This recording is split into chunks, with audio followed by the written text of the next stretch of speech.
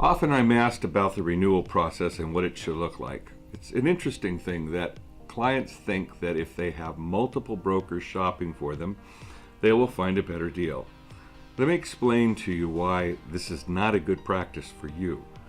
When multiple brokers shop for you, they're simply shopping price, and they take your application and they shotgun it throughout the industry. Now you have multiple underwriters out there with your name and your application trying to come up with pricing.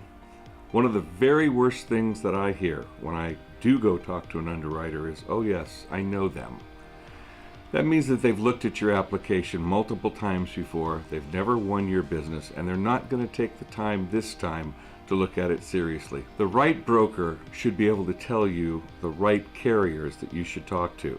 The right broker goes to the underwriters that they know have the right appetite for your business, discuss with them a target premium for your class of business without ever telling the underwriter who you are.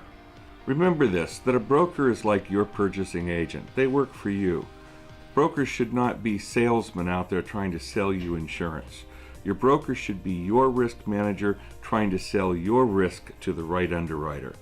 Don't allow brokers to soil your name by shotgunning your name all over the industry.